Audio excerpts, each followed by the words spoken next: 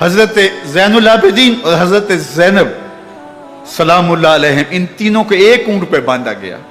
اور باقی اونٹوں پہ باقی سادات کو، حضور کی شہزادیوں کو باندھا گیا، رسیوں میں جکڑا گیا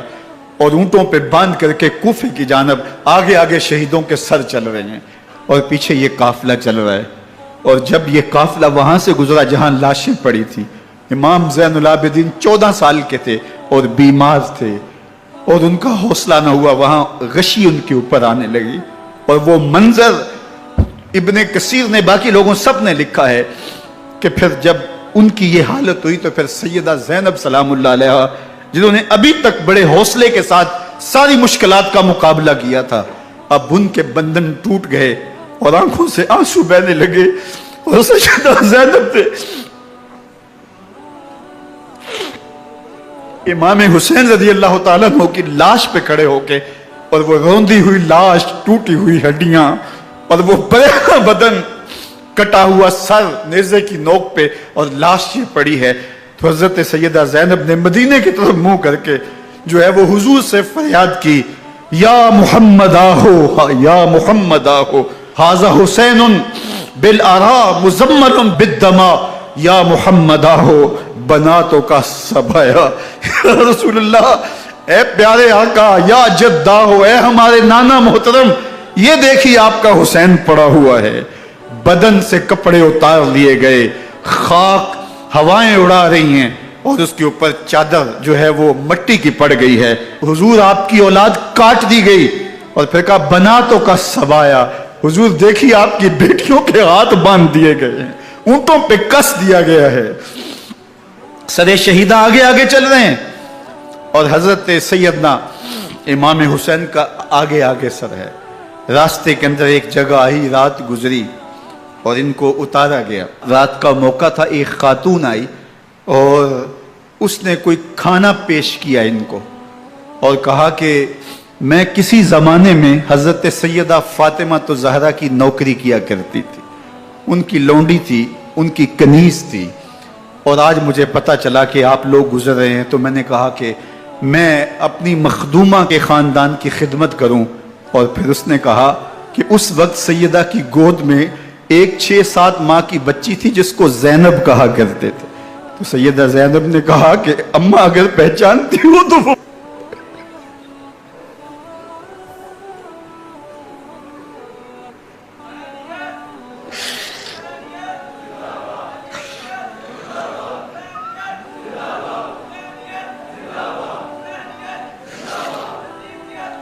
یہ تاراج اور لٹا ہوا کارواں پھر وہاں سے کوفے میں کیسے پہنچا، اور کوفے کے اندر سیدہ زینب سلام اللہ علیہا نے وہ یزید کے دربار میں، ابن زیاد کے دربار میں وہ جرأت آمیز جو باتیں کہیں، اللہ اکبر، زینب کی زبان میں علی کی خطابت بول رہی تھی، اور پھر دشمن اور دوست سارے رونے لگے، اور وہ کیا دل گداز منظر تھے، اور پھر یہ سروں کا قافلہ اور سادات کرام کا مشکیں کسی ہوئی ہیں اور اونٹوں پہ باندھے ہوئے، ان کو وہاں سے پھر قادسیہ اور قادسیہ سے پھر دمشق یزید کے دربار میں پہنچایا گیا، اور وہاں سے یہ لٹے ہوئے خانمہ برباد تاراج لوگ مدینہ المنورہ میں کیسے پہنچے، اور اہل مدینہ نے کیسے استقبال کیا، اور وہ منظر کتنا دلگداز تھا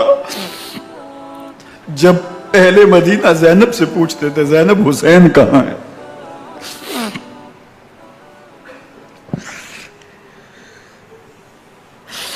بے مروت بے وفا تیرا بھی کیا افسانہ ہے، جس نے اپنی ہی شمع کو گل کیا تو وہ پروانہ ہے،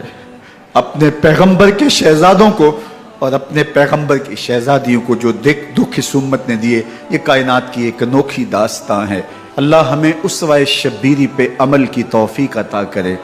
اور ان کے نقوش پاک کی برکتیں دے، اہل بیت کی محبت ہماری روحوں میں جذب کر دے، اور جس عظیمت کے ساتھ، جس حوصلے کے ساتھ انہوں نے دکھوں کو جھیلا،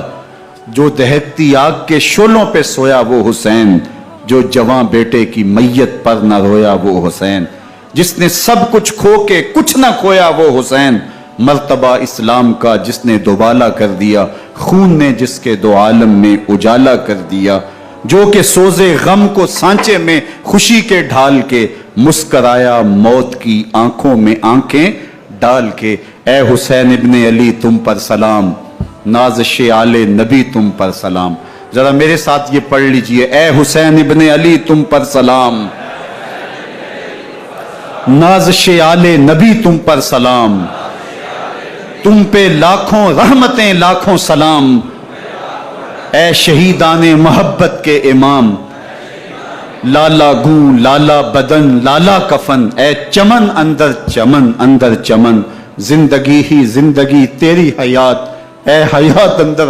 اندر حیات، افتخار ملت بیضا ہے تو، رب کعبہ کی قسم یکتا ہے تو، فخر کا دل میں دریچہ باز کرنا چاہیے، جن کا تو آقا ہے ان کو ناز کرنا چاہیے۔ وآخر دعوانا ان الحمدللہ۔ ہاں جی جناب، اج دا بیان تانوں کیسا لگا ہے تے تسی سانوں کمنٹ ہی دسنا تے نال ساڈا چینل سبسکرائب کرنا ہے تے انشاءاللہ تعالی اسی ایک نوی ویڈیو نال تہاڈے کول دوبارہ حاضر ہوں گے۔ السلام علیکم۔